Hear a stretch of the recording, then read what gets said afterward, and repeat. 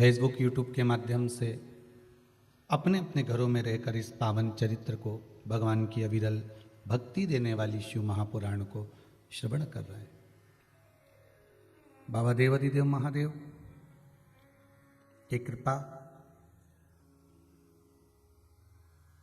स्वर्गीय श्री प्रभुलाल जगदीश प्रसाद जी मंगल जी की स्मृति में श्रीमती श्यामा देवी, श्री नितिन जी मंगल, मंगल परिवार भवानी मंडी, जो कि कथा के मुख्य यजमान के पद ग्रहण करे हैं, साथ में ही मुख्य यजमान का पद ग्रहण कर रहे स्वर्गीय श्री छगनलाल जी गुप्ता जी की स्मृति में श्रीमती स्वाति, संदीप जी गुप्ता परिवार इछावर, जो कुबेरेश्वर धाम से नजदीक में ही है, ऐसी बाबा की कृपा से मुख्य यजमान का पद ग्रहण करा है। साथ में श्री उदयन जी शर्मा परिवार ऑस्ट्रेलिया से इस पावन शिव महापुराण के मुख्य यजमान का पद ग्रहण करा। तीनों मंगल परिवार, गुप्ता परिवार और ऑस्ट्रेलिया के शर्मा परिवार को बहुत बहुत साधुवाद है, जो भगवान शिव की पावन कथा को जनमानस तक पहुंचा रहे हैं। और ये पावन शिव महापुराण की कथा मानसरोवर मकर संक्रांति के इस पावन अवसर पर अपन श्रवण कर रहे हैं। मकर राशि में सूर्य का प्रवेश, मेरे भास्कर देव, मेरे सूर्य नारायण का उत्तरायण प्रवेश, जो कि संपूर्ण विश्व के कल्याण के लिए, संपूर्ण जगत के उद्धार के लिए। महाराज, कल मकर संक्रांति का पर्व रहेगा। 2 दिवस तक संपूर्ण भारत की भूमि पर, संपूर्ण विश्व में मकर संक्रांति महोत्सव मनाया जाएगा। अपने अपने घरों में रहकर लोग इस पावन उत्सव को खिचड़ी, लड्डू, तिल का गुड़ और कुछ दान, और उसमें भी सबसे मूल दान है भगवान की भक्ति का दान, अर्थात भगवान के भजन का दान, स्मरण का दान। अब आप दान करो, मना नहीं है, परंतु ये प्लास्टिक की चाय की चलनी और आटा छानने की चलनी और प्लास्टिक के बर्तन और ये सब चीजें दान करना करो, आपका मन हो तो, हमारे की तरफ से कोई मना नहीं हो, पर सबसे बड़ा दान है भगवान के भक्ति का, भजन का दान, भगवान का भजन का दान। राम नाम, कृष्ण नाम, शिव नाम। प्रयास करिए मकर राशि के अंतर्गत जब सूर्य प्रवेश करे और आप जब मकर का स्नान करें और मकर संक्रांति पर्व का जब आप स्नान करें, तो भगवान की अविरल भक्ति आपके भीतर समाहित हो, भगवान की अविरल भक्ति आपको प्राप्त हो। और इस पवित्र भक्ति के बल पर, इस पवित्र भक्ति के बल पर हम भगवान की सुंदर आनंदमय स्वरूप को धारण कर सके।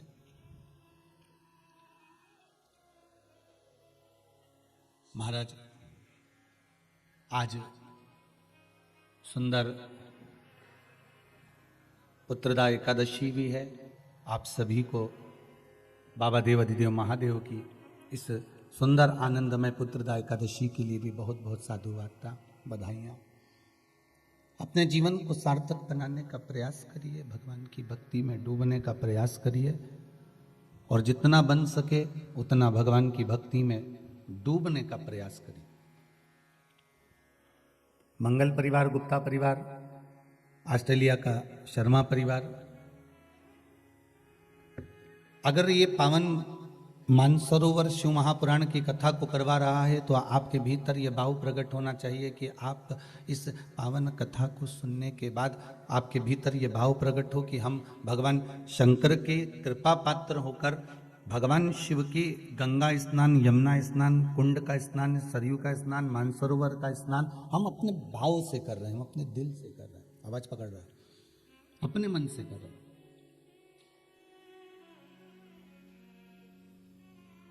निर्मल चित्त से, निर्मल भावों से, निर्मल मन से हम भगवान को पाने का प्रयास करें तो भगवान मिलता जरूर है।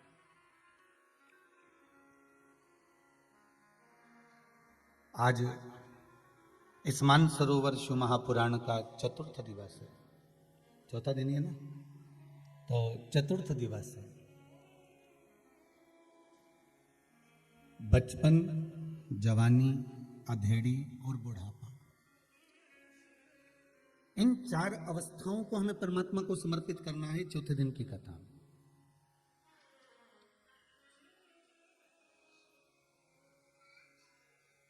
किसी ने कहा गंगा नहाने की उम्र क्या होना चाहिए?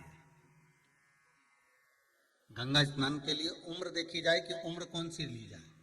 बचपन में गंगा नहाना चाहिए कि जवानी में नहाना चाहिए कि अधेड़ी में नहाना चाहिए कि बुढ़ापे में नहाना चाहिए? गंगा नहाने की उम्र क्या हो? शिव महापुराण की कथा कहती है कि भगवान की भक्ति में डूबने की कोई उम्र नहीं होती। पानी में डूबने वाला मर जाता है और शिव महापुराण में डूबने वाला तर जाता है। भगवान की भक्ति में डूबने की कोई उम्र नहीं है। आप जिस उम्र में भगवान का भजन करोगे, आप जिस उम्र में के भगवान की भक्ति करोगे, भगवान आपको उसमें समाहित करता चले जाएगा।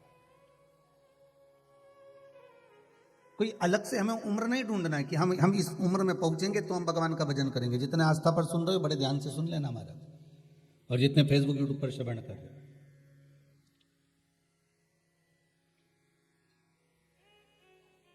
अविरल भक्ति,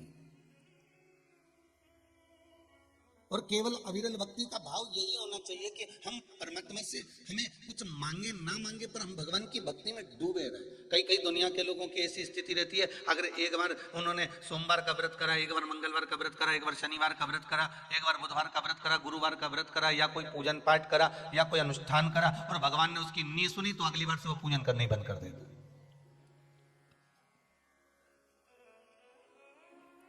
फिर वो भगवान के मंदिर जाना ही बंद कर देता है। जैसे कल एक पत्र था ना कि मैं भगवान के मंदिर जाना ही बंद कर दी थी।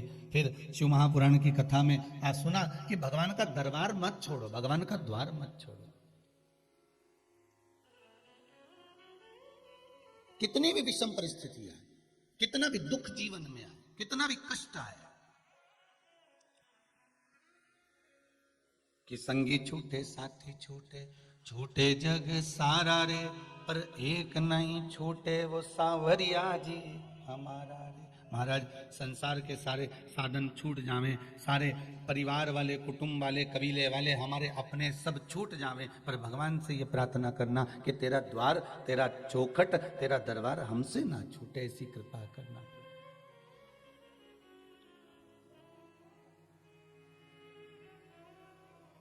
जब तन में उठेगी ज्वाला, कोई पास ना आने वाला। जब तन में उठेगी ज्वाला, कोई पास ना आने वाला। भक्तों की सुन के पुकार रे, तू नंदी लेकर आ जाना। मेरे दीन बंधु भगवान रे, भक्तों की सुन कर आ जाना। अच्छा, एक विचार करना बहुत अच्छे से। जितने लोग कथा सुन रहे हो ना, बड़े आनंद में विचार करिएगा। जब परिवार वाले तो केवल तुम्हारे घर तक है महाराज, रिश्तेदार तुम्हारे रोड तक हैं, चौराहे तक हैं,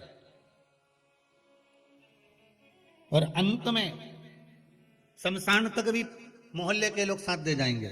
पर जब खोपड़िया फोड़ दी जाएगी, एक बांस में लोटे को बांधकर घी भरकर उसके बाद में जब छोड़ कर आ जाएंगे फिर तुम्हारे साथ कौन होगा?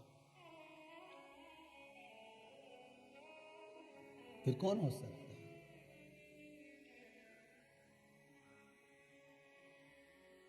महाराज फिर साथ कौन है?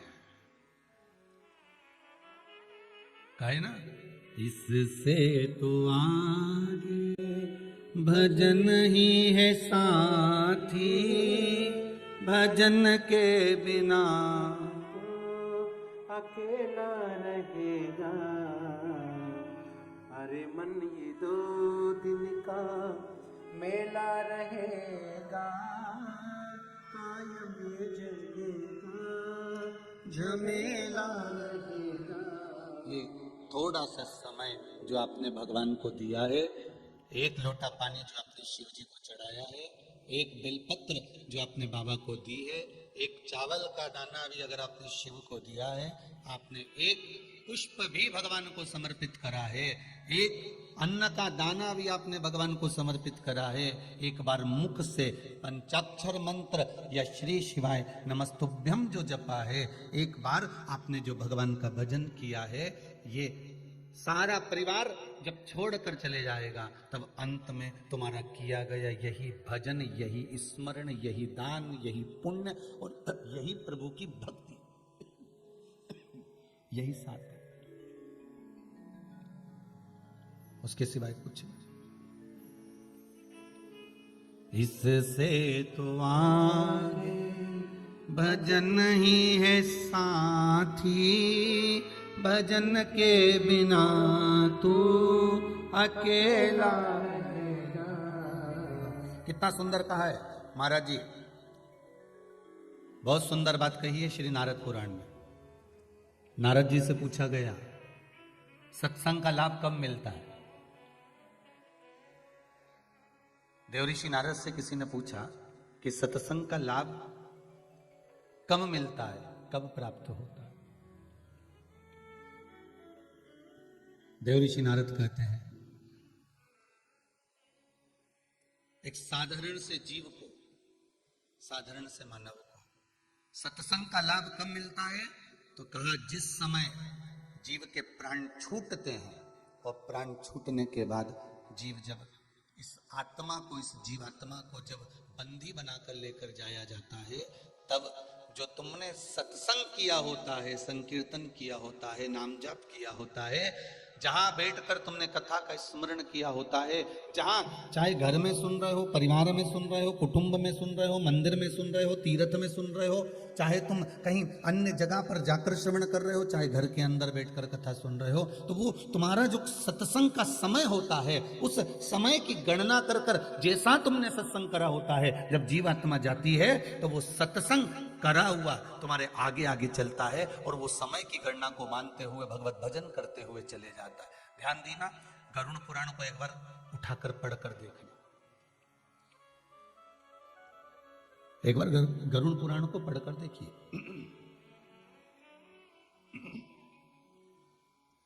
एक बार मौका मिले तो गरुड़ पुराण को पढ़िएगा, और गरुड़ पुराण को पढ़कर देखोगे तो उसमें समय लिखा हुआ है।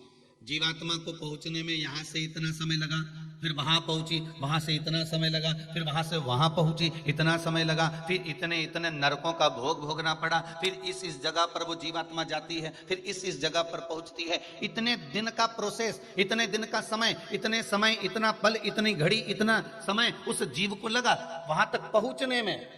शिव महापुराण की कथा भी यही कहती है कि नरकों का कथन श्रीमद् भागवत में भी वर्णन किया गया, मत्स्य पुराण में भी कहा गया, महाराज लिंग पुराण में भी वर्णन आता है। तो जैसा नरकों का कथन कहा गया कि जीवात्मा चलते चलते चलते चलते इतना इतना समय इसको लगा और इतना इतना भोग, ये भोग ही है। तो ये समय जो जीवात्मा को भोगने में लगता है, जितना समय इसको पहुंचने में लगता है, शिव महापुराण की कथा कहती है।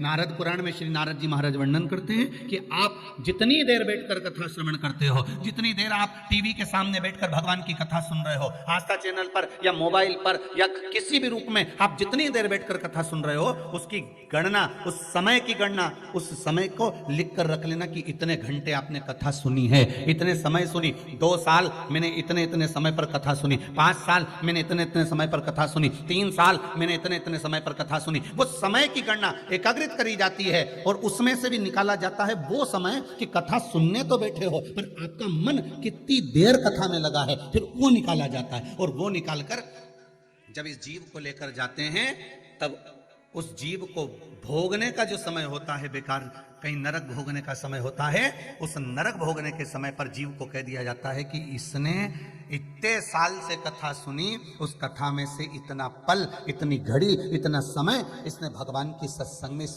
मन को लगाया था, इसलिए इसको इतनी देर के लिए नरक से मुक्त कर दिया जाए और इसको सत्संग की ओर भेज दिया जाए। वहां से उठाकर उसे सत्संग की ओर।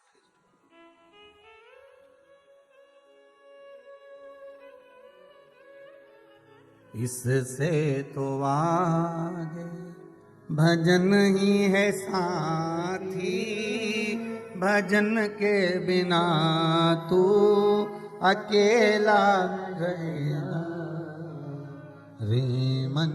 2 दिन का मेला रहेगा, कायम ये जगह का झमेला रहेगा। बस यही समय है। बहुत ध्यान देना महाराज जी, मेरा विश्वास कहता है, मेरा मन कहता है, आप लोगों ने बाकी के समय पर शिव महापुराण की कथा पहले सुनी ना सुनी, पर मेरा दिल कहता है कि आपने ये कोरोना महामारी जब चालू हुई और आपने जो ऑनलाइन शिव महापुराण की कथा श्रवण करी है, और आज भी बैठकर अब जब आप कथा सुन रहे हो, भले मोबाइल पर सुन रहे हो चाहे टीवी पर सुन रहे हो, आपके कथा में कितनी देर मन लगा है, उस मन का समय आप लिख कर रखना। ये समय आपका उस समय पर काम आ जाएगा। ये आपने जो भगवान के भजन में समय दिया है, ये समय आपका अंत तक संवार देगा, अंत तक सुधार देगा। वो गीता जी में भगवान नहीं कहे, तू मेरे लिए खर्च कर कर दे, मैं कुबेर का खजाना ना खोलूं तो कहना, तू मेरे पथ पर आकर देख, तेरे दरवाजे पर खड़ा ना मिल जाऊं तो कहना, तू मेरे द्वार तो आ, तेरे द्वार पर मैं भी खड़ा मिलूंगा, मैं भी वहां मिल जाऊंगा। तू मेरा गुणगान तो कर, भगवान कह रहे हैं गीता जी में, तू मेरा गुणगान तो कर, तेरा गुणगान सारे संसार में ना करा दूं तो कहना। मीरा ने भगवान का गुणगान करा तो मीरा का गुणगान आज तक चल रहा है। बोलो चल रहा है कि नहीं चल रहा है?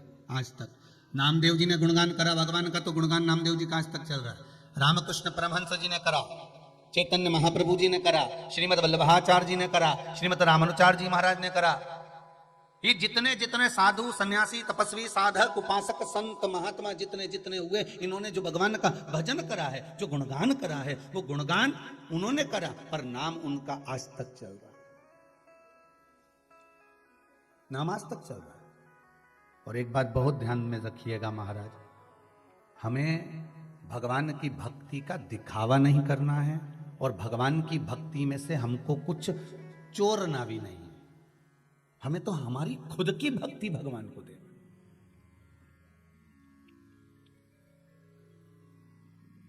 हमें स्वयं की भक्ति देना भगवान।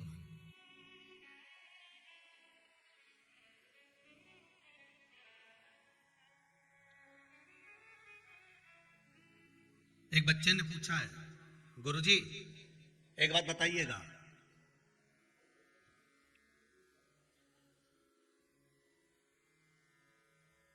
हम हनुमान चालीसा पढ़ेंगे तो हनुमान जी हमको प्रकट होकर दर्शन देंगे, हम राम रक्षा स्तोत्र पढ़ेंगे, हमें राम जी महाराज आकर दर्शन देंगे।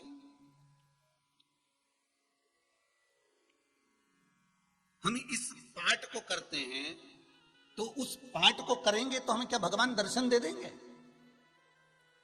शिव महापुराण की कथा कहती है, आप पढ़ो भगवान दर्शन देंगे, मना नहीं है, पर पढ़ने के साथ में एक काम जरूरी है कि आप ये सब कुछ पढ़ना, हनुमान चालीसा भी पढ़ना, राम रक्षा स्तोत्र भी पढ़ना, आपकी मर्जी पढ़े तो सुंदरकांड भी पढ़ना, सब कुछ पढ़ना, पर साथ में दिल से भी कुछ पढ़ना। एक कथा पहले कही थी, एक बकरी चराने वाला, भेड़ चराने वाला केवल शाम के समय पर भेड़ों को रोक कर उनका बालों में से जू निकालता और कहता, राम जी महाराज तुम्हारे भी सिर में जू पड़ गई होगी वन में रहते रहते, एक बार मिल जाओ सारी जू साफ कर दूंगा। और सीता मैया प्रसन्न हो जाती थी, राम जी प्रसन्न हो जाते थे और उसको वर देने के लिए आ गए थे। महाराज भगवान ये नहीं कहता कि तुम ये, भगवान तो ये कह रहा है कि तू दिल से क्या कह रहा है।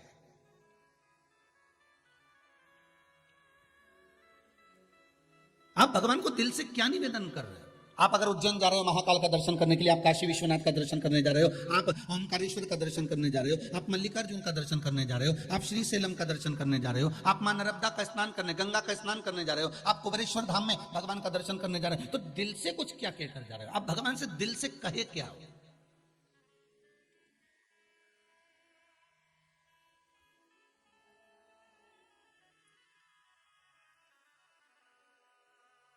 आपने दिल से क्या किया।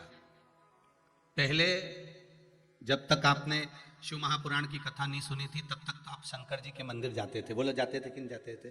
भगवान की पूजन भी करते थे, पर आपने दिल से क्या करा। शिव मंदिर में जाकर, शंकर जी के मंदिर में जाकर अपने दिल से एक काम करा कि आपने कथा में से सुना था कि मंदिर में सफाई करना है, मंदिर को साफ करना है, क्लीन करना है, मंदिर में झाड़ू लगा देना है, पोछा लगा देना है, और जो निर्माल्य पड़ा हुआ है उसको विसर्जन कर देना है। हमें मंदिर में भगवान का स्नान करा देना है, हमें मंदिर की देख रेख करना है। ये केवल पुजारी नहीं करेगा, केवल पंडित नहीं करेगा, केवल ब्राह्मण नहीं करेगा, हमको भी करना है भगवान शंकर की। अब आपने यह जब दिल से करा, अब दिल से करना बहुत बहुत ध्यान देना महाराज। व्यक्ति जब पाठ करने बैठता है ना तो वो बैठता जरूर है, जय हनुमान ज्ञान। अब उसने बीड़ा उठाया, क्या बीड़ा उठाया कि मैं 51 पाठ करूंगा। और आप सब जितने लोग कथा सुन रहे हो आस्था चैनल पर, जितने कथा सुन रहे हो मोबाइल पर, आप भी एक बार बीड़ा उठा कर देखना। और आप में से कई लोग होंगे जिन्होंने ऐसा बीड़ा उठाया होगा, मैं 21 पाठ करूंगा, मैं 11 पाठ करूंगा, मैं 51 पाठ करूंगा, मैं 15 पाठ करूंगा, मैं 7 पाठ करूंगा, मैं 5 पाठ करूंगा। और जिसने बीड़ा उठाया पाठ करने का कि मैं इतने करूंगा, एक पाठ तक तो उसका मन भगवान में लगा, 2 पाठ तक भी मन भगवान में लगा, तीसरा पाठ तक भी मन भगवान में लगा, और चौथे 5वें पाठ से फिर मन अब ये सोच रहा है कि जल्दी से हो जाए। अभी तक 3 ही हुए, अभी तक 4 ही हुए, 21 करना है, ये करना है। अब मन विचलित हो रहा है।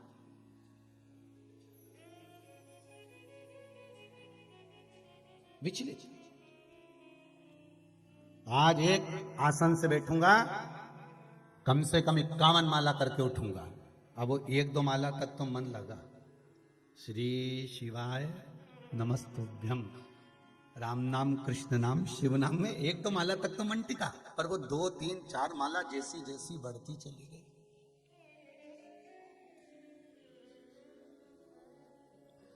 कहीं पांव बदले, कहीं हाथ बदले, कहीं चाय पीता वाला का देखे, कहीं भोजन करता वाला के देखे। अब वो माला चित्त नहीं था।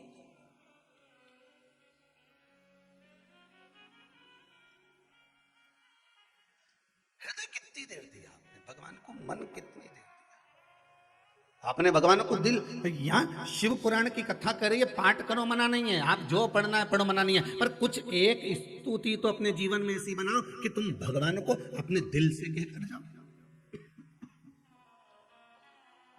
दिल से कहकर जाइए, ऐसी कोई स्तुति तो बने। महाराज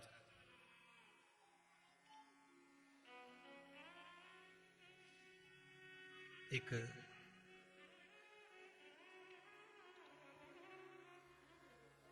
भक्त शंकर जी के मंदिर में पहुंचा,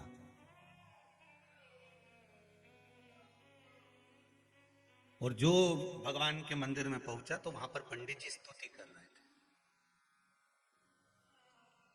इसने दर्शन करा, पट खुला और पंडित जी स्तुति कर रहे थे।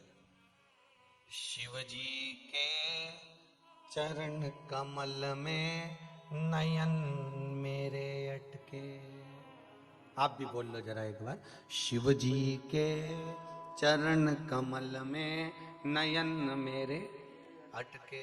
अब जो सामने खड़ा था दर्शन कर रहा था उसके मन में आया कितनी जोरदार स्तुति है, कितना बढ़िया बोला है, अब ये स्तुति मैं अपने गांव के शंकर जी के मंदिर में करूंगा। और उसने याद कर ली, बस में बैठ गया, बस में बैठकर याद करता करता जा रहा। शिव जी के चरण कमल में नयन मेरे अटके।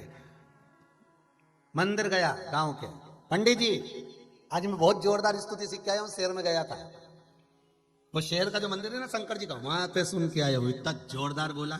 पंडित जी ने कहा कहाँ की स्तुति है? अभी हाथ जोड़ के खड़ा हो गया, तुम भी सुना सीख लेंगे कि शिव जी के नयन कमल में चरण मेरे अटके। अब बोलना था कि चरण कमल में नयन अटके, और अब बोल रहा है कि नयन कमल में चरण अटके। पंडित जी सीख लो। अब पंडित जी भी लग गए हाथ जोड़ करो, ये भी लग गया, शिव जी के नयन कमल में चरण मेरे अटके।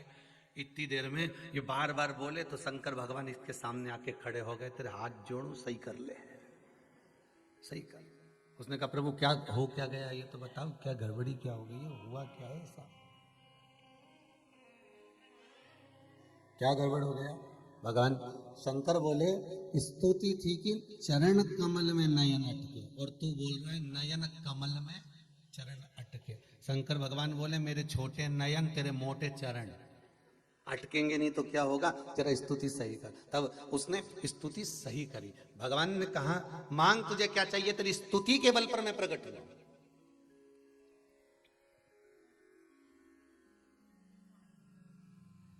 मैं तेरी स्तुति के बल पर प्रकट हुआ।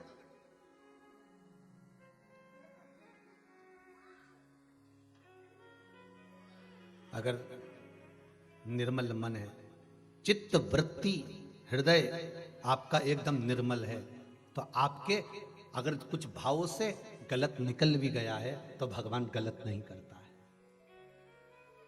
अगर मन भक्ति निर्मल है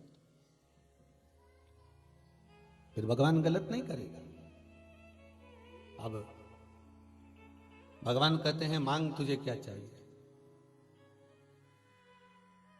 भगवान कह रहे हैं तुझे क्या चाहिए मांग ले, क्या दूं मैं तुझको, बोल।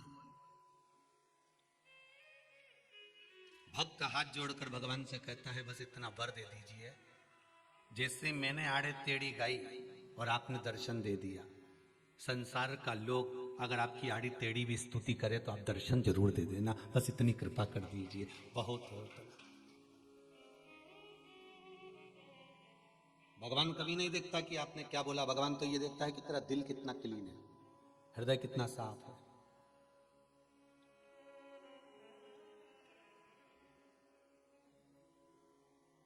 कितना साफ है तेरा मन।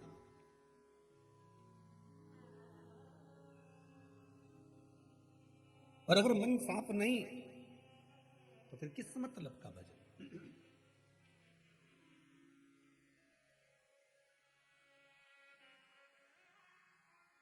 अरे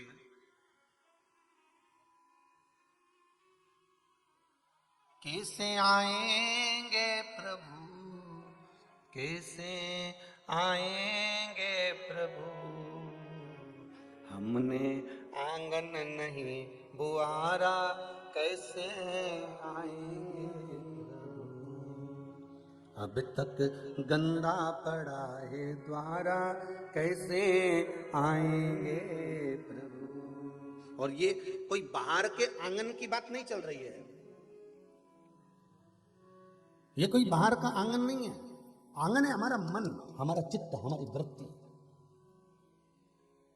अगर मन साफ है तो परमात्मा मिलने में देरी नहीं, मिल जाता।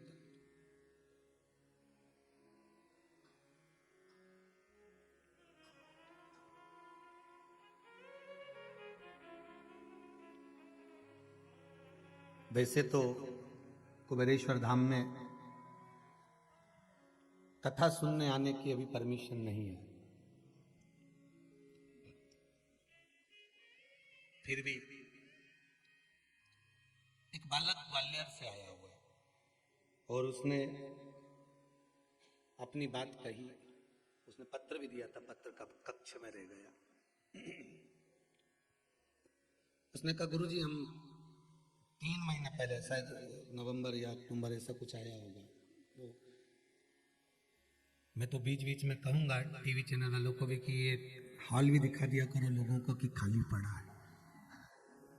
नहीं तो लोग समझेंगे कि गुरुजी बोलते हैं, पर हो सकता है कि कोई हो हॉल के अंदर कथा सुनने वाले।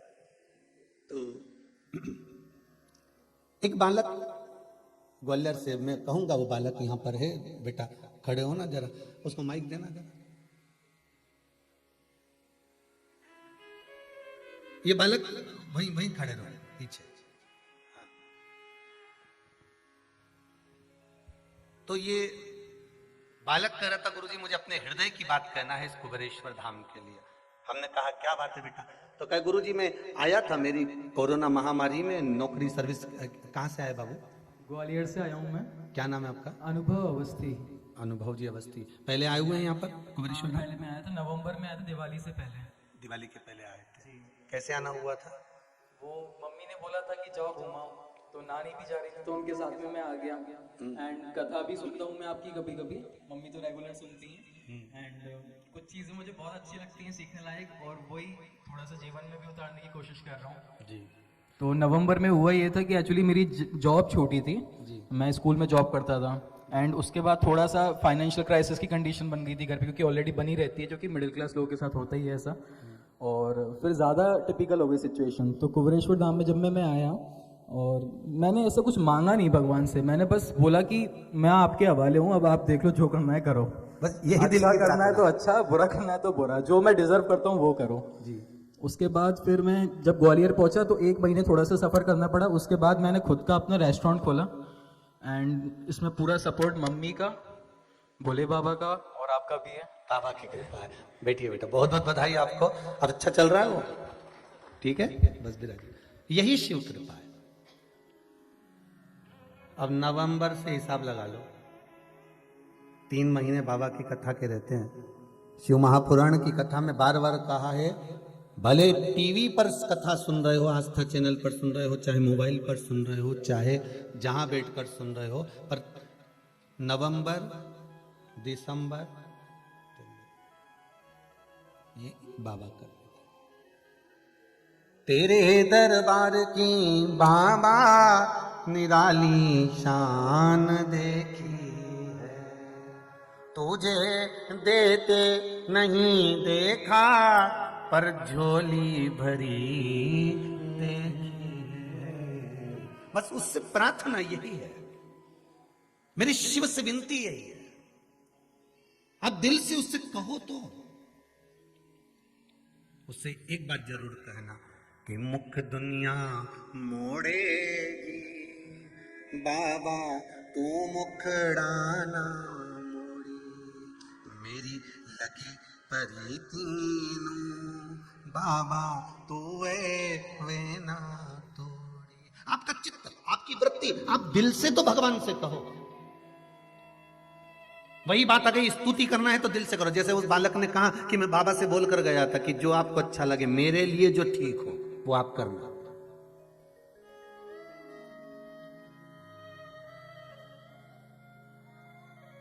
और हमारी आदत क्या होती है, एक लड़का देख कर आए लड़की के लिए, शादी के लिए, और हमने भगवान से क्या कहा, बस वो लड़का पसंद आ रहा, कुछ भी हो जाए प्रभु, पर उसी के साथ शादी होना चाहिए। अब भगवान शंकर कह रहे हैं कि तेरे भाग्य में वहां मत ले, वहां शादी होगी तो दुखी रही। पर तेरे को मालूम ही नहीं ना, तू तो कर रही है कि मैं अपनी लड़की के लिए लड़का देख कर आई हूं, मैं वहां पर देख कर आई हूं। भगवान से प्रार्थना कर दी कि भगवान बस उसी के साथ में ब्याह होना चाहिए, उसी के साथ शादी होना चाहिए। भगवान पर प्रेशर पे प्रेशर, नहीं मालूम पड़े किसी से कह दिया कि तुम ऐसा करो कि उनसे शादी हो जाए, फिर किसी से कहा ऐसा कर दो कि उससे शादी हो जाए। मतलब तुम भगवान पर प्रेशर दे रहे। अब बार बार अगर ऊपर से प्रेशर आएगा तो भगवान शादी तो कर देगा, फिर भोग। भगवान ने कहा तेरे लिए वो संबंध ठीक नहीं है, पर तू जान करके करे तो बात दूसरी। हमें जैसे बालक ने कहा कि भगवान से कह दिया कि भगवान तेरे भरोसे पर छोड़ के जा रहा हूं, जो मेरे लिए अच्छा हो वो करना। अगर चाहता तो वो कह सकता कि मुझे वापस नौकरी में लगा दो, मुझे वापस सर्विस में लगा दो, पर भगवान ने कहा कहां सर्विस, फिर बीच में कोरोना आ जाएगा, फिर भाग जाएगा, फिर आ जाएगा कुबेरेश्वर धाम। तो भगवान ने कहा एक काम ऐसा लगा दूं तेरे को कि तू बस ये दिल से, हमने भगवान को अगर कुछ कहा है, केवल पढ़ा पढ़ाया नहीं, अब तुम भगवान के मंदिर में जाओ, दिल से जाओ, दिल से। और फिर निवेदन करूंगा, आपका मन करे कथा में सुनने के बाद आपका मन करे कि मंदिर जाना चाहिए तो जाओ। सीहोर वाले महाराज का प्रेशर नहीं है कि तुम जबरदस्ती जाओ, और नहीं तो मालूम पड़े घर के लोग तुम्हें मार ठोक के मंदिर छोड़ जाए।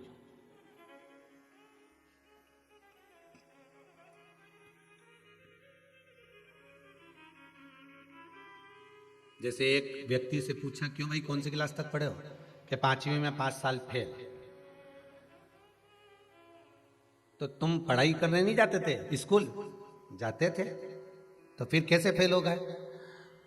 मम्मी पापा स्कूल छोड़ने जाते थे, 15 मिनट बाद टीचर घर छोड़ने आ जाते थे।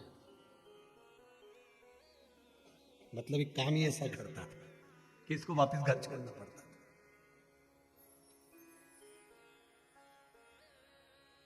प्रेशर देकर किसी से पूजन नहीं करवाना। प्रेशर देकर कभी भगवान पर एक लोटा भी हमें पानी का नहीं चढ़वाना है। हमें तो केवल इतना सा कहना है कि तुम्हारे दिल अगर राजी करे, तुम्हारा मन अगर हो जाए तो तुम पशुपति व्रत करो, तुम्हारा मन हो जाए तो तुम शंकर जी पे एक लोटा पानी चढ़ाओ, तुम्हारा मन कर जाए तो तुम शंकर जी के मंदिर में दिया लगाओ, मन करे तो तुम भगवान की भक्ति करो।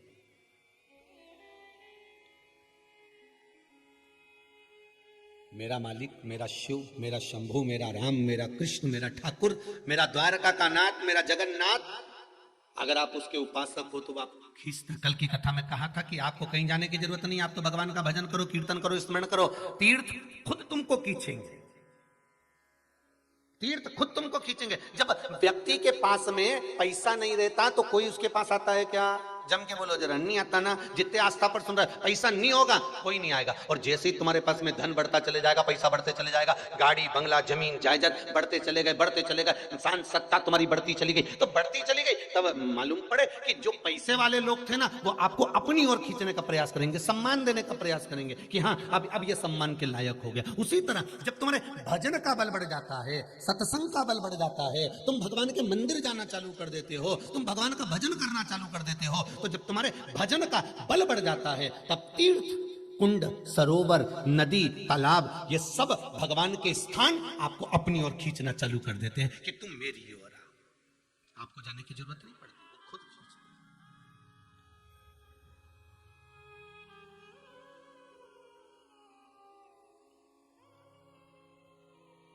हैं। भजन कीमत बढ़ाता है। किसकी? मनुष्य की कीमत बढ़ाता है। एक बच्चे ने अपने पिताजी से पूछा, पिताजी लोहा लंगड़ का काम करते थे, तो पिताजी से पूछ लिया, पिताजी पिताजी पिताजी बोले क्या है? मनुष्य की कीमत क्या है? बच्चे ने अपने पिताजी से पूछा, मनुष्य की कीमत क्या है? आपसे भी आपके बच्चे पूछ सकते हैं कि आपकी कीमत क्या है। एक बच्चे ने अपने पिताजी से पूछा कि मनुष्य की कीमत क्या है? पिताजी ने पूछा क्या कहना चाहता? बच्चा कहता, पिताजी आज के जमाने में मनुष्य की पोजीशन देखकर उसकी कीमत होती है, उसको आंका जाता है। मनुष्य की कीमत क्या है आप बताइए? पिताजी ने कहा, इतनी सी बात पूछ रहा, अंदर से जा, एक लोहे की राड पड़ी हुई है, एक लोहे का सरिया पड़ा हुआ, उठा कर लेकर आ। और पिताजी ने बेटे से एक लोहे का सरिया बुलवाया, एक राड बुलवाई, और लोहे के वो खंबे को पिताजी ने पूछा, ये कितने का है? बता, बाजार में कितने का बिकेगा? कि 100 रुपए का।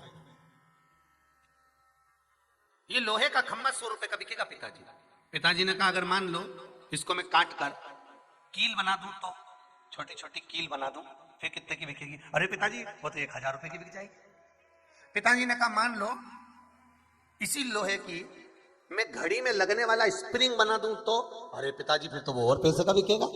बस पिताजी ने कहा, लोहे की राड वही की वही है, लोहे का सरिया वही की वही है, बस कील बन गई, कीमत बढ़ गई, स्प्रिंग बन गया, कीमत बढ़ गई। उसी तरह मनुष्य वही की वही है। भगवान संसार में जिसको पैदा करता है, एक बाप अपने बेटे से कहता है, परमात्मा जिसको पैदा करता है, भगवान उसको पैदा करता है तो कुछ कीमतवान बनाकर पैदा करता है। पहले तो ये विचार करो कि भगवान ने तुम्हें पैदा करा तो क्यों करा? मतलब कुछ तो तुम में होगा, इसलिए तुम्हें पैदा करा।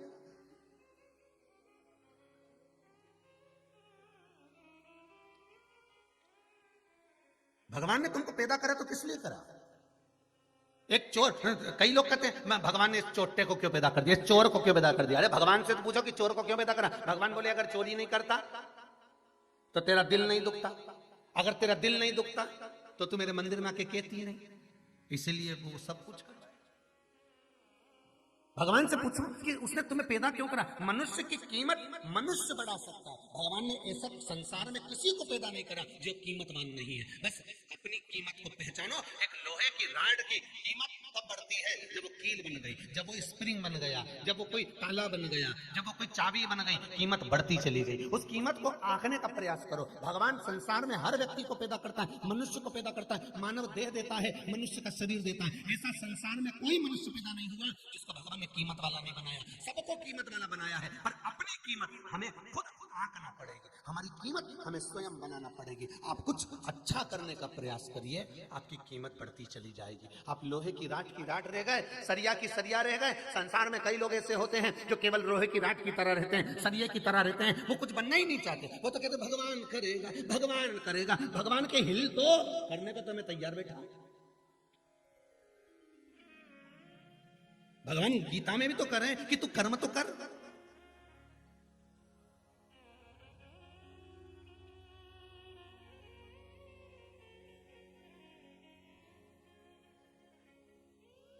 विद्या अध्ययन करो, पढ़ाई दिल से करो, खूब पढ़ो, और पढ़ाई करने के बाद जब तुम्हारा मन विद्या अध्ययन पूर्ण कर ले और एग्जाम देने जा रहे हो, तब एक बेलपत्र उठाकर उस बेलपत्र पर शहद लगाकर शिव को चढ़ाकर फिर जाओ।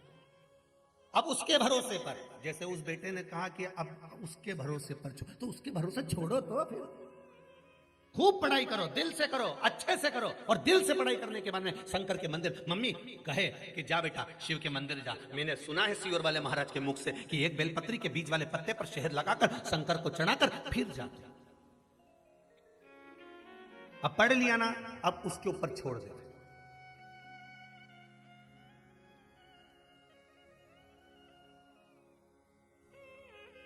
अब हमें भरमाना नहीं, अब हमें भटकना नहीं है। एक किसी ने पत्र लिखा है बड़ा सुंदर भाव, उसमें भी बड़ा सुंदर चीज लिखी।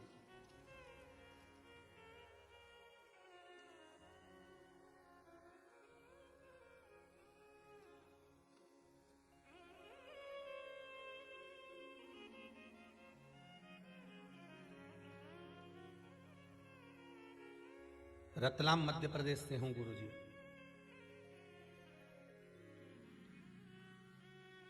मैं रजनी तिवारी, रतलाम मध्य प्रदेश से। बहुत सालों से सरकारी नौकरी के लिए प्रयास कर रही थी गुरुजी, पर नौकरी नहीं लगी। बहुत प्रयास किया, संयोग बस आपकी शिव महापुराण की कथा टीवी पर श्रवण कर रही, उसमें आपने पशुपति व्रत का वर्णन किया और पशुपति व्रत करना प्रारंभ करा। यह पत्र में उस बेटी ने लिखा है।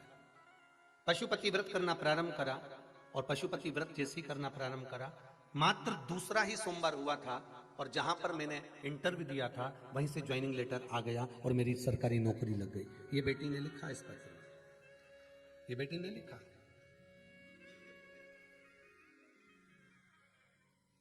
अब पढ़ाई करो, अध्ययन करो, विद्याध्ययन करो, जितना बन सकता है उतना करो, पर कर्म करते करते उस कर्म का फल परमात्मा पर छोड़ दीजिए कि अब हमने उस पर छोड़ दिया, हमने करा जितना।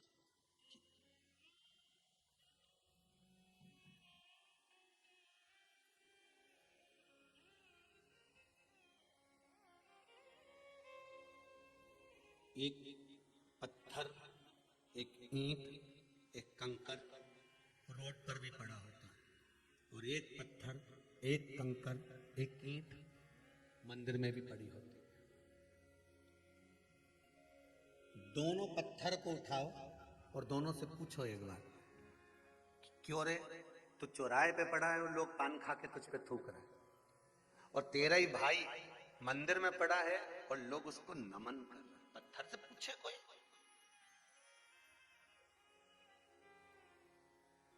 पत्थर वो भी है जो चौराहे पर पड़ा हुआ है, पत्थर वो भी है जो रोड पर पड़ा हुआ है, पत्थर वो भी है जो मार्ग में पड़ा हुआ है। और एक पत्थर महाकाल की भूमि का, एक पत्थर काशी विश्वनाथ की भूमि का, एक पत्थर गंगा के घाट का, एक पत्थर नर्मदा जी के तट का, एक पत्थर कहीं कुबेरेश्वर भंडारी का। पत्थर वो भी है, पत्थर वो भी है, पत्थर ये भी है। दोनों पत्थर को उठाकर कोई पूछे इन पत्थरों से कि क्यों रे, एक तो तेरे पर लोग लात रख रहे हैं, थूक रहे हैं, गंदगी कर रहे हैं, और एक पत्थर पुजारा, कारण क्या है?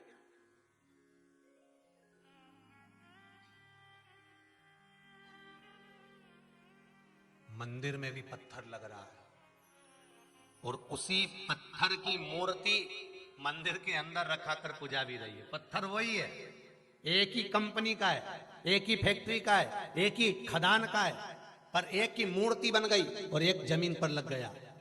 कारण क्या था?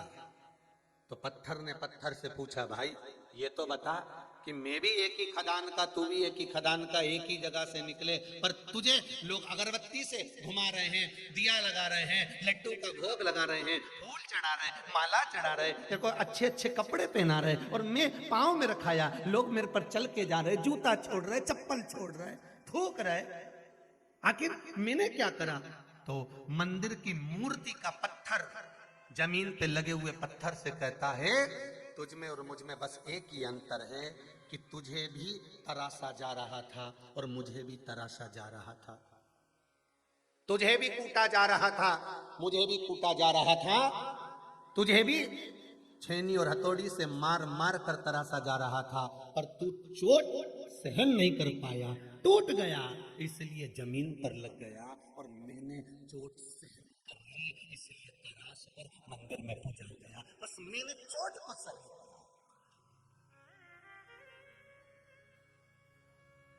मैंने लोगों की गालियों को सहन करा, मैंने लोगों के अपशब्दों को सहन करा, मैंने लोगों के तानों को सहन करा। अरे भाई, लोहे की राड है, लोहे का खंबा है, लोहे का सरिया है, पर वो सरिये की कीमत मात्र 100 रुपया है, पर उस सरिये को जब काटा गया, काटने के बाद जब छीला गया और उसको तपा तपा कर जब कीला तैयार करा गया, तब कीमत बढ़ी है। कोई ऐसी कीमत बढ़ गई?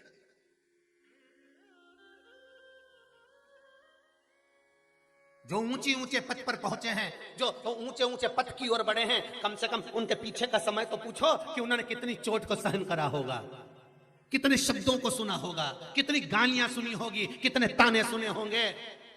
तब जाकर कोई ऊंचे पद औहदे पर पहुंचता है, तब जाकर कोई ऊंचे पदवे पर पहुंचता है।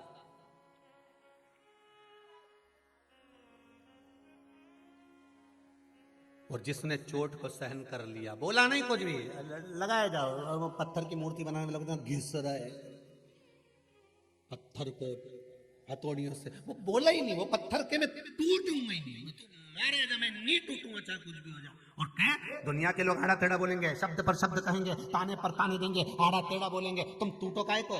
कौन ने कहा कि तुम टूटो? पलट कर जवाब मत देना, एक शब्द मत कहना, गाली देने वाला देता रहे, अब शब्द कहने वाला कहते रहे, और तुम टूटना मत ही, तोड़ने वाले बहुत मिलेंगे।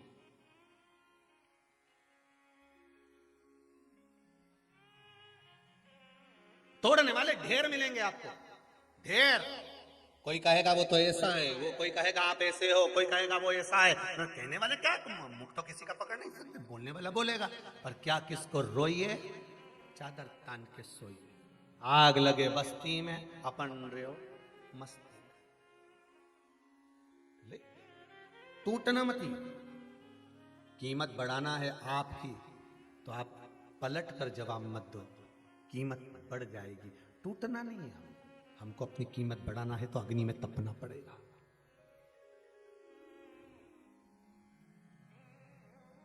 क्या मिलता है? देवऋषि नारद से पूछा गया, सत्संग श्रवण करा हुआ जो समय। ये दुनिया के लोग, कई लोग आपसे कहेंगे क्या रखा है कथा में, 3-3 घंटे तक बैठे रहते हो, टीवी के सामने पड़े रहते हो। अरे टीवी के सामने बैठे बैठे कथा सुनते रहते हो, बस वो सियोर वाला महाराज मिल गए और तुम मिल गए, बस मोबाइल पकड़ लिया मोबाइल, और दिन भर यूट्यूब पर, फेसबुक पर बस बस बस वो सियोर वाला महाराज कथा सुनते रहो, और बचा कुचा तो टीवी पे आस्था पे सुनते रहो। क्या क्या रखा है कथा में? क्यों अपना समय बर्बाद कर रहे हो कथा में जाकर? क्यों समय बर्बाद करते हो कथा सुनकर? तो उनको कह देना, ये समय बर्बाद नहीं करा है, ये समय को हमने मूल्यवान बनाने का प्रयास करा है। हाँ, अब उससे पूछो कि तू बोल रहा है कि कथा मत सुनो, तो हम क्या करें वो भी बता दे, वो भी तो बताओ, करना क्या है? तो क्या घर में काम करो तो करा ना, रोटी बनाई, पानी भरा, मटका मांजा और भांडा मांजा, झाड़ू लगाई, ये सब तो करा। तो क्यों और भी काम पड़ा है? ठंड पड़ रही है, सिलाई लेके बैठ जाओ, ऊन का स्वेटर, और बोल क्या करे? तो क्या स्वेटर तो घना पड़ा है मेरा बनाया हुआ, मैंने खूब बना लिया, और बोल क्या करना? तू बता दे जो करूं मैं, बोल।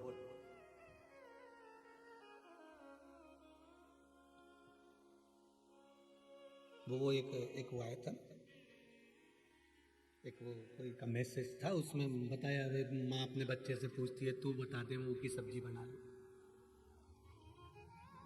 तो आलू की बना ले, तो आलू तो कल ही तो बनाया, तो तू बोले सो मैं बना दूं, तो क्या बैंगन की बना, बैंगन तो ये सड़ा हुआ ही दिया है, तो बोले सो मैं बना दूं, तो क्या लौकी बना, लौकी थारा पिताजी के नहीं भाई, तो तू बोले सो मैं बना दूं, तो क्या गोभी बना दो, गोभी में कीड़ा पड़ी दिया है, तो तू बोले सो मैं बना दूं, तो क्या टिंडा बना लो, टिंडा तो रिया पर ऐसा बठाया सा आ रिया, खाने में मजा नहीं आया, स्वाद नहीं आया अभी कटी, तू बोले सो मैं बना दूं, तो क्या भिंडी बना लो, तो क्या भिंडी तो बना लो, मैं कीड़ा बहुत रहसा ही दिया, भिंडी भी कड़ली हो गई, नरम भिंडी रहे तो बनाने में मजा, तू बोले सो मैं बना लूं, तो छोरा बोला हमारा भाटा बना ले तू, तो रहते अब कहीं करूं तुम, तो ऐसा घर का लोग बोले ना कि बस कथा कथा कथा, तो तू बोले सो मैं कर लूं, तू बोल क्या करना, कि बर्तन बर्तन तो हो गया, झाड़ू झाड़ू तो हो गई, भोजन भोजन तो हो गया, अब करूं क्या ये बता, तो अगर भगवान में मेरा मन लगे तो मुझे भी तो अपनी जिंदगी संवारना है साहब, केवल झाड़ू पोछा घर बर्तन ये नहीं, मुझे भी तो जिंदगी संवारना है, मुझे भी तो अपना जीवन संवारना है, करूंगी घर का सारा काम, परिवार भी संभालूंगी, बच्चे भी संभालूंगी, पर मुझे टोकना मती, मुझे रोकना मती, मीरा ने भी अपनी जिंदगी संवार ली थी, ऐसी मैं भी शंकर की भजन कर कर अपने जीवन को संवार लूं, और कुछ भी नहीं चाहिए, केवल भजन। महाराज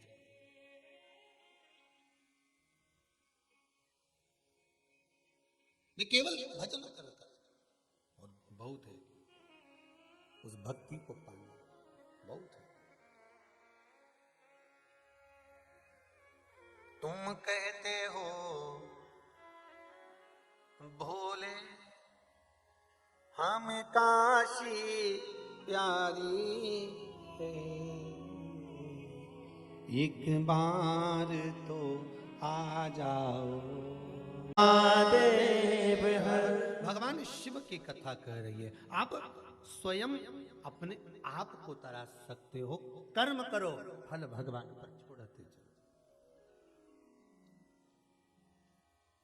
अरे तेरा ही दिया मैंने खाया पिया है, तेरा शुक्रिया है, तेरा शुक्रिया, भगवान पर छोड़ दो, संपूर्ण जितना भाव है आप छोड़ते चले। एक पत्र सुंदर भाव लिखा, देखिए बड़े अच्छी राइटिंग में लिखा हो, नीला पीला लाल हरा गुलाबी सब पे लिखा। मोनिका राठौर, अन्नपूर्णा राठौर, बड़नागर से है, इन्होंने लिखा है, गुरुदेव पिताजी का स्वास्थ्य एकदम खराब हो गया, हॉस्पिटल जहां हम रहते हैं उस गांव से 18 किलोमीटर दूर था, शरीर ने काम करना बंद कर दिया, नीचे पड़ गए, बहुत बुरी हालत हो गई, अब 18 किलोमीटर तक लेकर जाना है पिताजी को, और शरीर कुछ भी नहीं है ना के बराबर। गुरुदेव तब मेरे पूरे परिवार ने गाड़ी में जब तक उसको लेकर गए, पिताजी को लेकर गए, तब तक एक ही मंत्र का जाप करा, श्री शिवाय नमस्तुभ्यम, ये मंत्र में लिखा है, इस पत्र में लिखा है। गुरुदेव हम क्या वर्णन करें इस मंत्र का, हम क्या वर्णन करें इस मंत्र का गुरुदेव, इस मंत्र का प्रताप क्या होता है, कोई मुझसे आकर पूछे, इस पत्र में लिख रही है। कहे गुरुदेव हॉस्पिटल में सामने जब पिताजी उतरे तो ऐसी बेहोशी की हालत में पटक कर लेकर गए थे, और जैसी वहां हॉस्पिटल पर उतरे तो पैदल चलकर अंदर गए, डॉक्टर पूछता है इसमें से मरीज कौन है, इसमें पत्र में लिखा है कि मरीज है कौन ये तो बताओ। बाबा की कृपा किसको कहते हैं, शिव भक्ति किसको कहते हैं, केवल आप अपना कर्म तो करो, और कर्म करने के साथ में भगवान पर छोड़ते चलो। अब सौंप दिया इस जीवन का सब भार तुम्हारे हाथों में,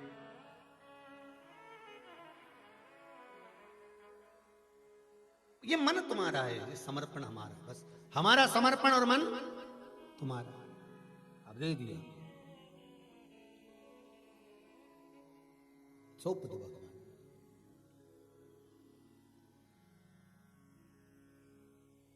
कल कथा में शंकर और पार्वती का विवाह हुआ,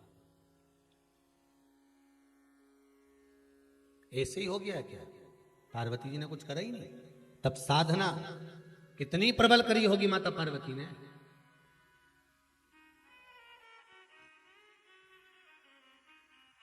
कितनी तप साधना प्रबल करी होगी, जरा विचार करिएगा।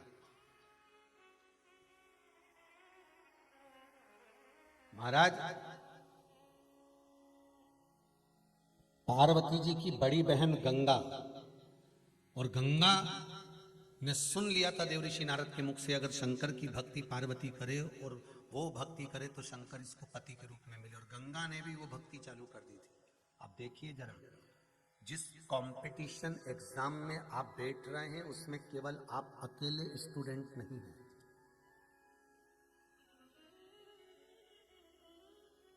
केवल आप अकेले नहीं हैं। एक नौकरी है, एक सर्विस, और फॉर्म कितनों ने भरा है जरा ध्यान लगाइए। आप लोगों को तो अंदाजा होगा, एक नौकरी के लिए 2000 नौकरी के लिए 200 नौकरी के लिए 50,000 1-2 लाख फॉर्म आते हैं। एक नौकरी के लिए हजारों फॉर्म जुटते हैं महाराज जी, एक नौकरी के लिए।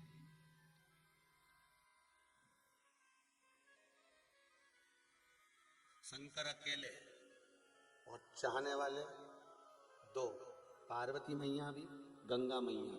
अब देखना, गंगा जी ने भी तप कम नहीं करा, पार्वती जी ने भी तप कम नहीं करा, दोनों का तप बढ़ा। तुमने भी अच्छी पढ़ाई करी, उसने भी अच्छी पढ़ाई करी।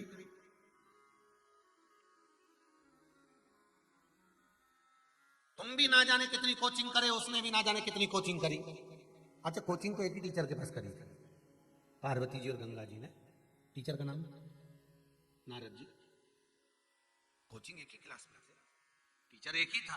देवऋषि नारद ने कहा था कि अगर शंकर भगवान की आराधना करे, शिव की भक्ति करे, तो इसको पति के रूप में शंकर मिलेंगे। तो टीचर तो एक है, गंगा ने भी उन्हीं के मुख से सुना था और पार्वती ने भी उन्हीं के मुख से सुना था। बस दोनों की पढ़ाई, दोनों की विद्या, और जो जुटे दोनों पढ़ने में, जो लगी तब साधना में ऐसी डूबी। पर पार्वती जी ने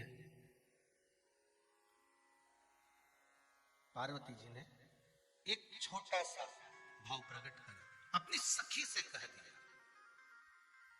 मैंने सुना है कोई संत पर अगर 1 लोटा पानी डाल दिया जाए तो संत प्रसन्न होकर वर दे देते। गंगा जी ने सुन लिया और गंगा जी ने सुना और गंगा जी ने वही काम कर दिया। दुर्वासा बाबा पर पानी डाला और दुर्वासा बाबा क्रोध में आकर उन्होंने जल बनने का श्राप दे दिया। गंगा मैया ये कथा आपको पहले कह चुके हैं। अपने को इस कथा के माध्यम से उस कुंड तक पहुंचना है जिस कुंड के पास गंगा जी का जल जाता है तो कुंड का पानी उछल जाता है। अपने को उस कुंड तक पहुंचना इस कथा से कि भारत की भूमि पर वो कौन सा कुंड है जिस कुंड के पास में गंगा जी का जल जाता है और कुंड का पानी उछल जाता है।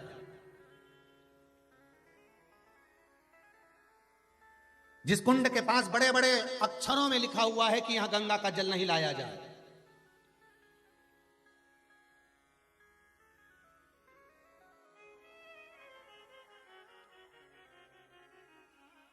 यह गंगा का जल ना लाया जाए। अगर गंगा का जल आएगा तो कुंड का पानी उछल जाएगा। हमें इस कथा के माध्यम से, यहां तक कथा तो अपन ने सुनी कि पानी और गंगा मैया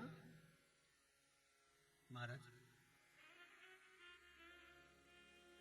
क्रोध में आ गई। गंगा ने हाथ में जल लिया और जल लेकर गंगा पार्वती पर छोड़ने वाली थी कि तूने मुझे पानी बनने का श्राप दिया है, जल बनने का श्राप दिया, मैं तुझे जल। शिव जी ने कहा गंगा मत कर ऐसा, गंगा तू ये मत कर। गंगा पार्वती मेरी अर्धांगिनी बनेगी तो पार्वती तुम्हारी अर्धांगिनी बनेगी, मतलब पास ये हो गई और मैं फेल। एक एग्जाम में अगर तुम पास नहीं हुए तो हारना मत की हिम्मत, गंगा जैसा बल रखना। अगर एक एग्जाम में तुम पास नहीं हुए तो गंगा जैसा बल रखना। पार्वती पास हुई है ना, हो जान दो। भगवान शंकर कहते हैं मैंने गंगा तू क्यों रोती है? गंगा कहती है प्रभु आपने पार्वती को पत्नी बना लिया और तब तो मैंने भी करा था। भगवान शंकर कहते पार्वती से ज्यादा तप तूने करा है, पार्वती से ज्यादा तप तूने करा है, साधना तूने करी है, व्रत तूने करा है, उपास तूने करा है, तब साधना तूने करी है। पर सुन, पार्वती को मैं अपने पास में बिठा सकता हूं, पर तेरी तप साधना के बल पर मैं तुझे पास नहीं बिठाना चाहता, अपने सिर पर बिठाना चाहता हूं। इसलिए मैं तुझे अपने मस्तक पर रखूंगा गंगा, तुझे अपने मस्तक पर रखूंगा, तेरी तप साधना के कारण, तेरे बल के कारण। अगर एक एग्जाम में पास नहीं हुए, एक एग्जाम में कोई दूसरा पास हो गया और तुम्हें लगा कि बताओ अब लोगों के मन में भाव उत्पन्न हो जाता है, एग्जाम में वो पास हो गया, उसने पैसा ज्यादा दे दिया होगा, उसने कहीं कुछ कर दिया होगा, ऐसा कर दिया होगा, वैसा कर दिया होगा। हमें नहीं सोचना, हमें तो ये सोचना है कि भगवान ने हमारे को पास क्यों नहीं करा। मतलब भगवान चाहता है कि इससे जोरदार तेरे लिए छाट कर रखा है। पार्वती तो पास में बैठेगी पर गंगा तू मस्तक पर बैठेगी। कुछ भगवान अच्छा अच्छा अच्छा।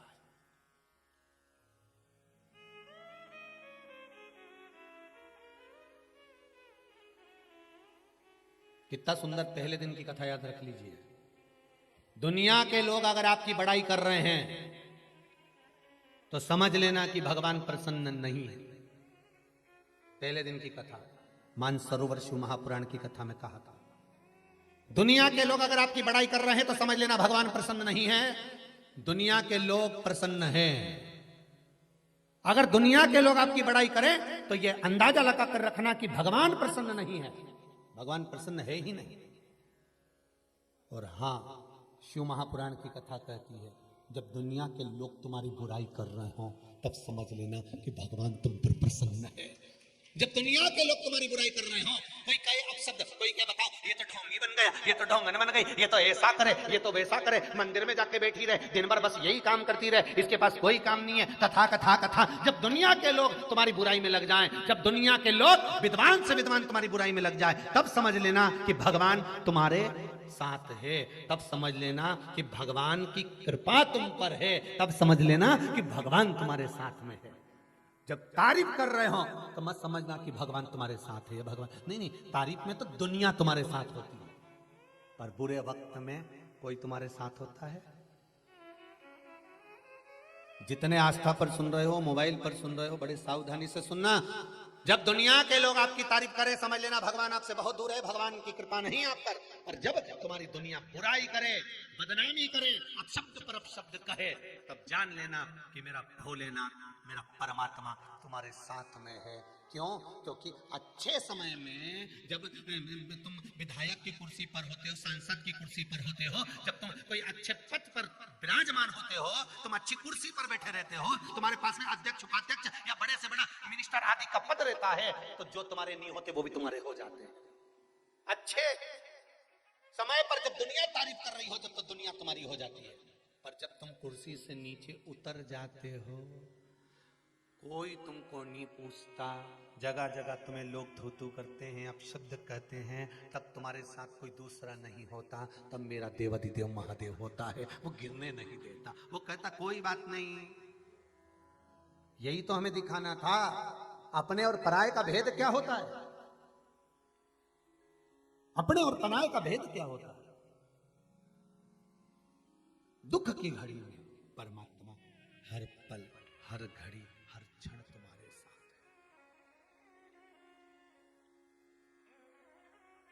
है। एक काम नहीं हुआ, रोने लगे। माता कुंता का चरित्र याद कर लीजिए। महाभारत में माता कुंता, माता कुंती, भगवान कृष्ण जा रहे हैं और कुंता माता ने कह दिया कन्हैया रुक जा। कन्हैया कहते हैं बोल बुआ क्या बात है, कहां जा रहे हो कृष्ण? कृष्ण कहते हैं बुआ जी द्वारका जा रहा हूं। क्यों? बुआ अब तुम हस्तिनापुर की राजमाता हो गई, युधिष्ठिर हस्तिनापुर के राजा बन गए, सारा राजपाट अच्छे से मैंने निश्चित कर दिया, विराजमान कर दिया। अब क्या करना? अब मेरा काम खत्म हो गया।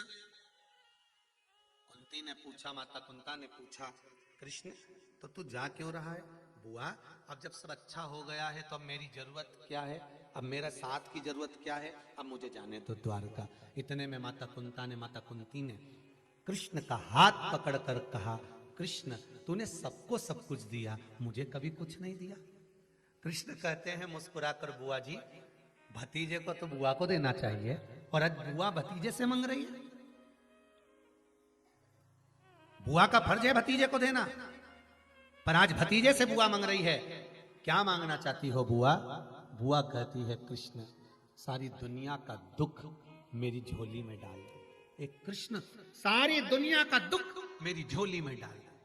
कृष्ण रथ से नीचे उतरे और उतर कर बुआ के चरणों के पास बैठ कर बोले, बुआ तू ये दुख क्यों मांग रही है?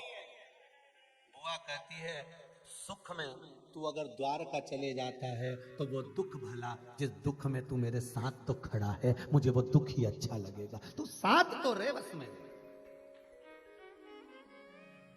बहुत ध्यान देना महाराज, जब लोग आपकी बुराई करें, निंदा करें, चुगली करें, आप शब्द बोले, ताने पर ताने दे, गाली पर गाली दे, आड़ा टेढ़ा बोलना चालू कर दे, समझ लेना मेरा देव अधिदेव महादेव तुम्हारे साथ में चल रहा है, कदम से कदम मिलाकर। पूरी दुनिया लग जाती है एक व्यक्ति को नीचे गिराने में। पूरी दुनिया लग जाती है एक व्यक्ति को नीचे गिराने में। विद्वान से विद्वान, बड़े से बड़े लग जाते हैं पीछे एक व्यक्ति को नीचे गिराने में, तब कोई साथ नहीं देता। मेरा वो काशी का विश्वनाथ और उज्जैनी का महाकाल सामने आकर खड़ा हो जाता है कि हारने नहीं दूंगा तुझे, चिंता मत कर। पूरी दुनिया लगी रहती है एक व्यक्ति को नीचे गिराने में, पर दुनिया वालों को यह नहीं मालूम पड़ता कि तुम उसको गिराने का प्रयास कर रहे हो और महादेव उसको उठाने का प्रयास कर रहे हैं। मेरा काशी विश्वनाथ ने हाथ पकड़ रखा है, मेरी उज्जैनी नरीश ने, मेरे महाकाल ने, मेरे कुबेरेश्वर महादेव ने, मेरे सोमनाथ मल्लिकार्जुन भीमा शंकर ने, कहीं भगवान ने उसका हाथ पकड़ कर लग जाए। दुख में परमात्मा साथ। और शिव का चक्र साधारण नहीं है। कल कथा में कहा था कि एक भक्त ने शंकर का एक चक्र बनाकर भेजा है। एक भारत की भूमि पर एक नक्शा बना है, उस भारत की भूमि के नक्शे पर उसने बनाकर भेजा है कि यहाँ केदारनाथ, यहाँ रामेश्वरम, यहाँ मल्लिकार्जुन, यहाँ महाकाल, यहाँ भीमा शंकर। मैं चाहूंगा आस्था चैनल वालों से कि वो उसने बनाकर भेजा कि वहां से चक्र चालू हुआ, चलता चलता भारत की भूमि पे जिस जिस प्रदेश में जो जो भगवान विराजमान है वहां वहां उसको स्थान दिया, और स्थान देने के बाद में आखिरी में लाकर कुबेरेश्वर धाम पर उस बिंदु को छोड़ दिया कि कुबेरेश्वर धाम मध्य प्रदेश के उस मध्य में सीहोर के नजदीक में कहां विराजमान है, वो बिंदु पर लाकर छोड़ दिया कि यहाँ है ये कुबेरेश्वर धाम, अर्थात केंद्र पर लाकर छोड़ दिया कि 12 ज्योतिर्लिंग का मध्य कुबेरेश्वर धाम को। मैं कहूंगा दर्शन कराएं एक बार टीवी पर, कि उस बच्चे ने जो बनाकर भेजा कि ये गुरुजी ये पूरा 12 ज्योतिर्लिंग और यहाँ है ये कुबेरेश्वर। मतलब शंकर ने निश्चित कर रखा था कि मुझे इस भूमि पर, इस जगह, इस स्थान पर मुझे बैठना है और दुनिया के दुख हरना है, ये शिव निश्चित कर चुके थे। उसमें ना तो कोई प्रदीप मिश्रा है और ना जितने आप, कोई नहीं, यहाँ तो बस शंकर को निश्चित करना था, शिव। और इसीलिए मैं आप सबको कहते हैं, हम तो बार बार कहते हैं, आप अगर 1 रुपया भी गौ माता को दिए हैं, 1 रुपया भी आपने अगर शिव मंदिर में लगाया है, कुबेर भंडारी में अगर आपका धन लगा है, तो हम तो कहेंगे ये शंकर ने निश्चित कर रखा था कि आपका धन इस जगह पर लगे और आपका जीवन सार्थक हो। कहीं भगवान शिव जोड़ कर रखे हैं, या शिव के सिवा कुछ भी नहीं। पहले भी कथा में कहा, कथा वाचने वाला शंकर, कथा सुनने वाला शंकर, और ये जजमान, चाहे गुप्ता परिवार हो, चाहे मंगल परिवार हो, चाहे शर्मा परिवार हो, ये यजमान भी यजमान नहीं, स्वयं शिव ही कथा करवा रहे हैं, स्वयं शिव, कोई दूसरा नहीं।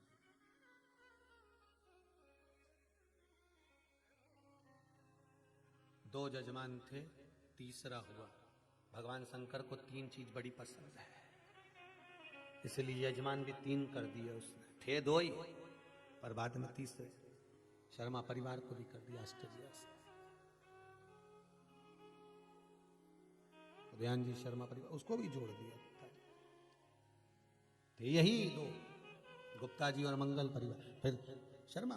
तो क्यों? शिव को प्रिय है, शिव की प्रिय।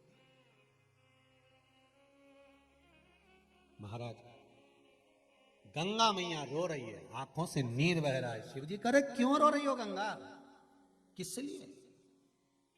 पार्वती आपकी अर्धांगिनी बन गई और मैं रह गई। भगवान कहते हैं कभी हिम्मत मत हारना, जीवन में कभी हारना मत। लोहे की राड को कीमत बढ़ाना है तो कील और स्प्रिंग बनाना पड़ेगा, तेरी कीमत बढ़ेगी तब तू चिंता मत कर। ये मेरी अर्धांगिनी बनकर बाजू में बैठेगी, पास में बैठेगी, वाम भाग विराजमान होगी, पर तू चिंता मत कर। तूने इतना तप साधना करी है कि मैं तुझे सिर पर धारण करूंगा। पार्वती मैया उठ के खड़ी हुई।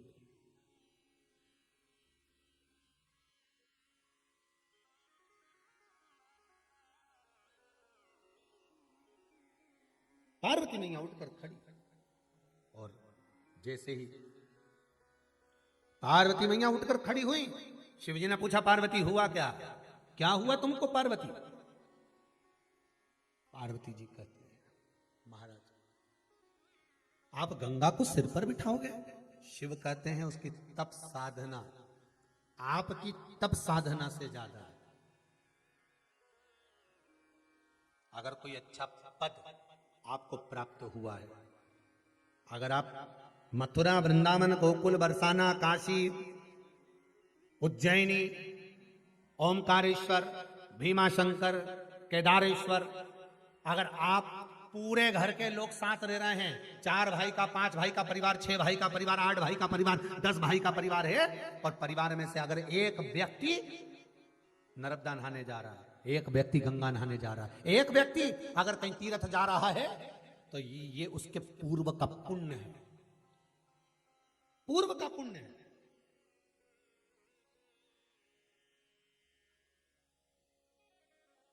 कथाएं, अभी ये कोरोना महामारी की तीसरी लहर नहीं थी तो कथाएं सब तो गांव-गांव में चालू हो गई थी। आपने भी देखा होगा, इंदौर हुई, फिर खंडवा, खरगोन हुई, फिर खरगोन के बाद में फिर नवे गांव के बाद में फिर वहां भिलाई। तो कथाएं तो अभी लाइन से थी, सारी कथाएं लाइन से क्रम से थी। अभी ये कथा पूरी होती कि 17 तारीख से उज्जैन में चालू हो जाती, पर उज्जैन की भी कैंसिल करी कोरोना महामारी के कारण, वो कैंसिल कर दी गई। और वो कैंसिल करी तो जो ऑनलाइन जजमान है, जिन के मन थे कि हमको ऑनलाइन कथा करवाना है, हमें ऑनलाइन, तो वो नहीं आ सकते थे, तो उन्होंने ऑनलाइन, जो बड़े रूप में पंडालों में नहीं करा सकते थे, नहीं व्यवस्था कर सकते थे, उन्होंने कहा ऑनलाइन कर दो। तो ऑनलाइन जिनको कथा मिली, आप मानेंगे नहीं, इतने प्रसन्न हो गए कि भोलेनाथ जी ने करुणा कर दी, हमारे ऊपर कृपा करी, इसलिए ये तीसरी लहर लाकर हमारी कथा ऑनलाइन करा दी। तो ये केवल शिव कर सकता है, दूसरा कोई नहीं। आप तो रजिस्टर में नाम चढ़ाकर चले गए थे कि हमारी ऑनलाइन। आप मानेंगे नहीं, कभी ऑफिस में जाकर आप दर्शन करेंगे तो लगभग 100 से 125 लोगों के नाम है ऑनलाइन कथा के, कि हमको ऑनलाइन कथा दे देना, कभी भी दे देना, पर दे देना। हम बड़ा पंडाल नहीं खींच सकते, हम व्यवस्थाएं बड़ी कैसे करेंगे इतनी पब्लिक को। अब आजकल कथाओं में भी तो मना करो तो भी तो राम जी चले आ रहे। वो तो अच्छा हुआ उज्जैन की कथा कैंसिल कर दी, नहीं तो मालूम पड़े 5-10 लाख में इकट्ठा हो जाता। राम सब तैयारी में बैठे थे, बैग ले लेके एकदम, और आधा तो इस तैयारी में था कि कथा की कथा सुन लेंगे, महाकाल का दर्शन कर लेंगे, 1-2 इस तैयारी में थे कि 84 महादेव भी कर लेंगे, और आधे इस तैयारी में थे कि छिपरा भी नहा लेंगे, और बच्चे कुछ थे तो सारा भैरवनाथ ने, हरसिद्धि माता ने सब घूम लेंगे। और कई इस तैयारी में थे, आजू बाजू वाले के तो सुबह चलेंगे टिफिन विफिन लेके और कथा सुन के और सब के वापिस आ जाएंगे, सुबह फिर पहुंच जाएगा। पर वो कहे ना, दिल के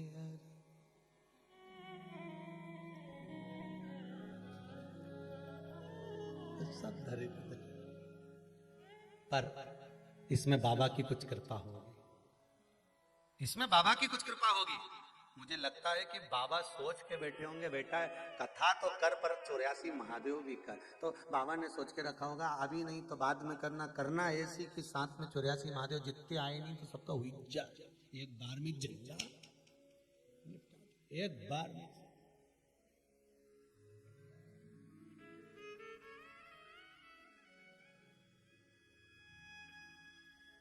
शिव कृपा है। और कितनी विचित्र बाबा की कृपा है, देखिएगा आप। उज्जैन की कथा कैंसिल हुई, काशी की कथा पक्की हो गई।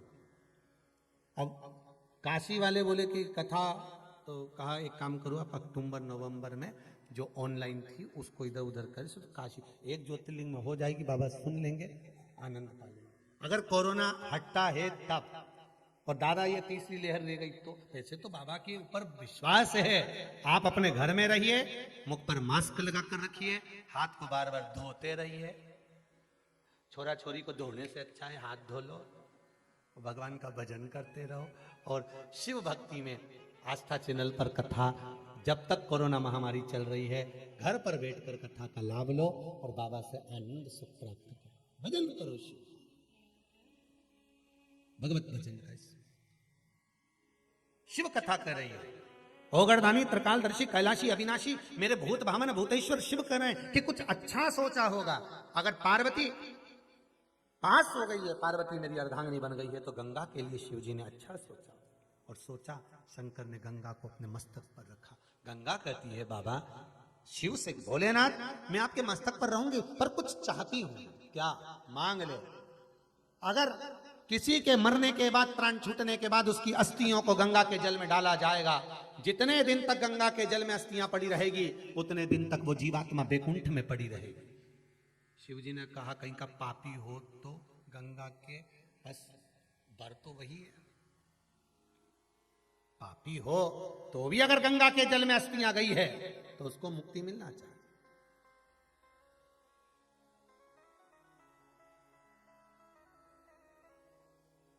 कहते हैं विष्णु पुराण कल्याण का गंगा अंग, भागीरथी गंगा अंग में लिखा है, एक बार गंगा में अगर डुबकी लगा ली है हृदय से, मन से, एक बार अगर गंगा में डुबकी लगा ली है मन से, हृदय से, चित्त से, तो कहते हैं जब तक व्यक्ति के प्राण छूटते हैं तब तक वो गंगा का जल उसके शरीर से लगा ही रहता है, वो अंतिम बिंदु तक लगा रहता है। मरने के बाद घर के लोग लोटा में भर के ले जाएं,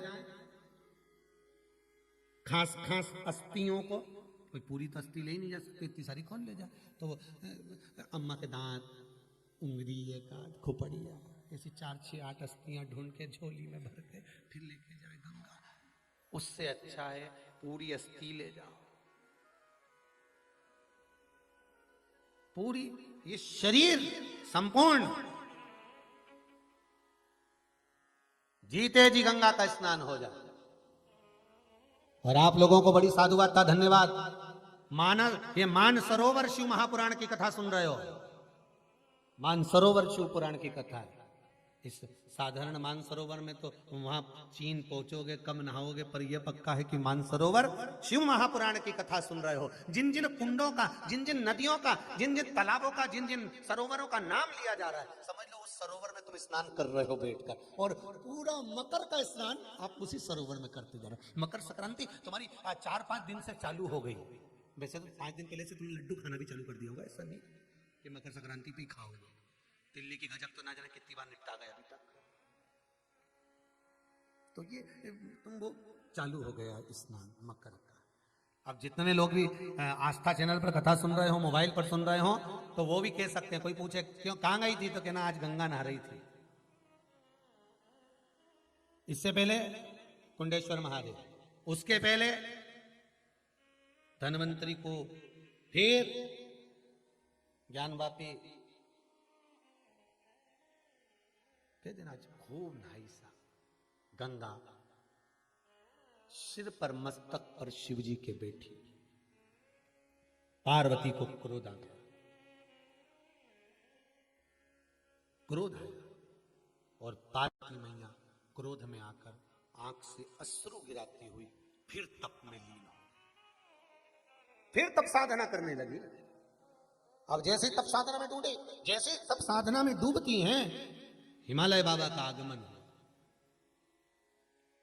हिमालय राज जी, हिमालय राज ने आकर कहा बेटी चलो घर चलो, मैं वचन देता हूं आपका विवाह मैं शिव जी से करा दूंगा, चलो मेरे साथ। चलिए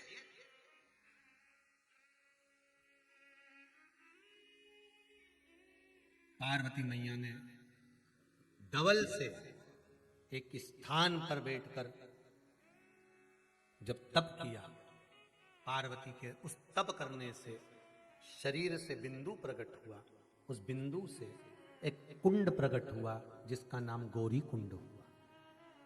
कौन सा कुंड है? गौरी कुंड। ये वो गौरी कुंड नहीं है जो केदारनाथ जी जाते हैं। पार्वती जी ने तब कहां करा था? हिमालय राज का जहां राज्य क्षेत्र था, और हिमालय राज के राज्य क्षेत्र में जहां मैनावती अपने क्षेत्र में निवास करती थी, उसके मध्य में नाना और पिता का घर, नाना और दादा के घर के मध्य में हिमालय राज के उस हिमाचल प्रदेश के सुंदर आनंद में गौरी कुंड, एक गौरी कुंड आता है। केदारनाथ जी जाते हैं तो नीचे पड़ता है गौरी कुंड, उसके बाद में केदारनाथ जी की यात्रा होती है, वो उत्तराखंड में। एक हिमाचल प्रदेश में गौरी कुंड, जब हम मणिमहेश जाते हैं तब पड़ता है।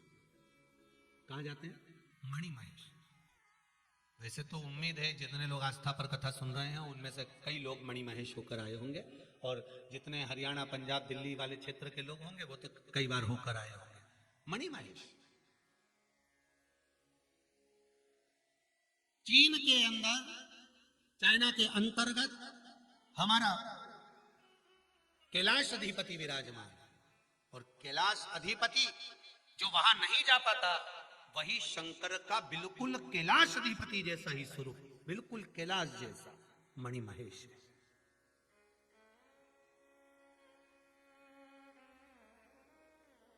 जहां पर भगवान शंकर ने पार्वती जी को और गंगा को समझाया है। देखो, पार्वती मैया और गंगा जी को जहां पर भगवान शिव प्रकट होकर समझा रहे हैं कि मैंने तुम्हें वर दिया कि तुम मेरे बाजू में विराजमान होगी, तुम मेरी अर्धांगिनी बनोगी, और गंगा तुम मेरे मस्तक पर, जहां दोनों को समझाया गया पर एक रुष्ट हो गई, वो पार्वती वापिस तप करने गई, वो गौरी कुंड।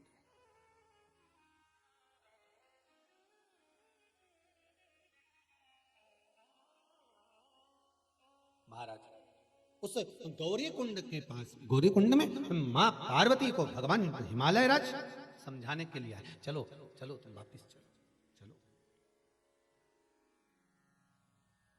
एक गौरी कुंड वहां भी है केदारनाथ जी के पास, उसका भी महत्व है महाराज।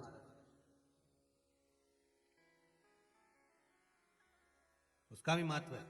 जहां पर माता पार्वती श्रृंगार करने जाती थी, वो गौरी कुंड है। उस गौरी कुंड में पुरुष, स्त्री, बच्चे, बूढ़े सब नहा सकते हैं, और इस गौरी कुंड में केवल स्त्री स्नान कर सकती है, पुरुष उसमें पांव नहीं रख सकता। उस कुंड को पुरुष चरण नहीं रख सकता। जो मणिमहेश के पास में गौरी कुंड है, जहां से मणिमहेश मात्र 1 किलोमीटर, 6 किलोमीटर की दूरी पर, 1 या 5 किलोमीटर के अंतर्गत मणिमहेश रह जाते होंगे वहां से, ज्यादा से ज्यादा। शास्त्रों में तो कुछ दूरी लिखी है, कुछ दूरी, तो अपन ये मान के चलो कि कुछ दूरी में ज्यादा से ज्यादा 4 किलोमीटर, 2 किलोमीटर, 5 किलोमीटर, 1 किलोमीटर होगा। अब उसको अगर कहीं देखेंगे, उस पर सर्च करेंगे, क्या बोलते हैं उसको, नेट पे, तो पता करेंगे कि ये गौरी कुंड कहाँ, और गौरी कुंड से मणिमहेश कितनी दूर, तो वो निकालेंगे, बाद में सोचेंगे। पर पुराणों के अनुसार गौरी कुंड से कुछ दूरी पर मणिमहेश, अर्थात भगवान शिव उनको समझा रहे। हिमालय राय लेकर गया पार्वती जी को, मां क्रोध आया गंगा को देखकर, इसलिए आज भी इस गौरी कुंड पर बड़े बड़े बोर्ड लगे हैं कि गंगा का जल लेकर पास मत आना।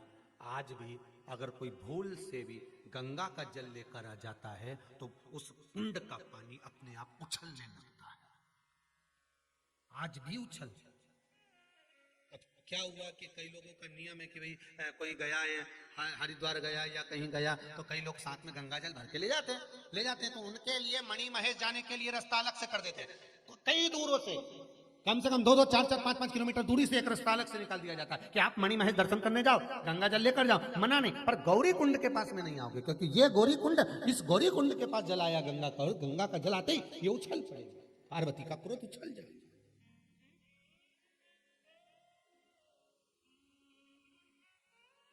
इस कुंड में कोई पुरुष पांव नहीं रख सकता। इस कुंड में केवल स्त्री ही स्नान करती है, नारी ही स्नान करती है। अखंड सौभाग्यता का सुख देने वाला यह कुंड मणिमहेश की साक्षी में गंगा और पार्वती का आनंद सुख प्रदान करता है। कहते हैं जो आप लोग कभी मौका मिले, जब लोग आप लोग अपना अपना ये कहीं कहीं जाते हो ना, क्या वो टूर बनाते हो घूमने फिरने का, तो हम तो आप लोगों से कहेंगे ये फालतू फालतू जगह जाते रहते हो, गोवा फोआ क्या रखा ना, जबरदस्ती घूमने के लिए अड़चड़ी जगह जाओ। जाओ तो ऐसी जगह जाओ जहां शास्त्र वर्णन कर रहा है, जहां देखने लायक दर्शनीय आनंद सुख चीजें हो, जहां मेरा महादेव विराजमान हो, देव अधिदेव महादेव जहां विराजमान हो, जहां शिव ने कुछ लीला करी हो, ऐसी भूमि पर जाओ। ऐसी भूमि पर जब जाएंगे तो हमको जो आनंद की अनुभूति होगी, तेज मिलेगा, आनंद मिलेगा, वो हमारे जीवन को संवार देगा, हमारी ग्रहदशा को सुधार देगा। और मालूम पड़े ऐसी फालतू जगह चले जाओ तो और ग्रहदशा बेकार हो जाए तुम्हारी। अच्छे खासे थे, लौट के आए तो ग्रहदशा भी गई। क्या करें ऐसी जगह जाकर? महाराज भगवान शिव की कथा कर रही है। महाराज शिव के द्वार, भगवान शंकर की चौखट पर, भगवान शिव के दरवाजे पर, तो यहाँ गौरी कुंड, एक गौरी कुंड लिया, तो भगवान शिव के सम्मुख में भगवान पार्वती मैया तप साधना में डूबी, हिमालय राज आए, उनको लेकर चले गए। मैनावती ने पूछा कहाँ गई थी गौरा, हम तुम्हें ढूंढ ढूंढ परेशान हो गए। माँ से सब कहे, सब कुछ बता दिया माता को। बहुत ध्यान दीजिए महाराज, मेरा बेटा और बेटी से निवेदन है, अपने हृदय में क्या चल रहा है अपने माता पिता से कभी मत छुपा, बता दो। मैनावती ने पूछा क्या चाहती हो पार्वती? पार्वती जी कहती हैं मां, मैं शिव को अपना पति मान चुकी हूं, शंकर से मंगल विवाह करना चाहती हूं, ओघड़दानी है शिव। मैनावती ने समझाया, अरे पार्वती समझ जाओ, उनकी उम्र का ठिकाना नहीं है, पता ही नहीं पड़ता कि कितने साल के। राम जी की उम्र का पता लगा सकते हो कि ये कितने साल थे, कितने साल के रहे। कृष्ण भगवान की उम्र का पता लगा सकते हो ये कितने साल थे, कितने साल रहे। सारे ऋषियों का लगा सकते हो, शंकर जी का लगा के बताओ कितने साल के थे। शिव महापुराण की कथा में, लिंग पुराण में तो यहां तक लिखा है कि पूरे ब्रह्मांड में, पूरे मृत्युलोक में कोई देवता की मूर्ति नहीं थी, केवल एक शिवलिंग था जिसको भगवान ब्रह्मा और भगवान विष्णु ने प्रकट किया। केवल एक शिव। ब्रह्मांड में, पूरे मृत्युलोक में, पूरे विश्व में, पूरी पृथ्वी पर ये मूर्तियां तो बाद में बनी है साहब, पहले तो केवल एक शंकर था मेरा, केवल एक शिव मेरा ओघड़दानी, मेरा शंकर, मेरा देव अधिदेव महादेव था। पूरी पृथ्वी पर कुछ नहीं था, केवल शिवलिंग शिवलिंग शिवलिंग, कोई मूर्ति नहीं बनती थी, केवल शिवलिंग बनता था। इसलिए भारत की भूमि को जहां से खोदोगे उसके नीचे शिवलिंग ही निकलेगा।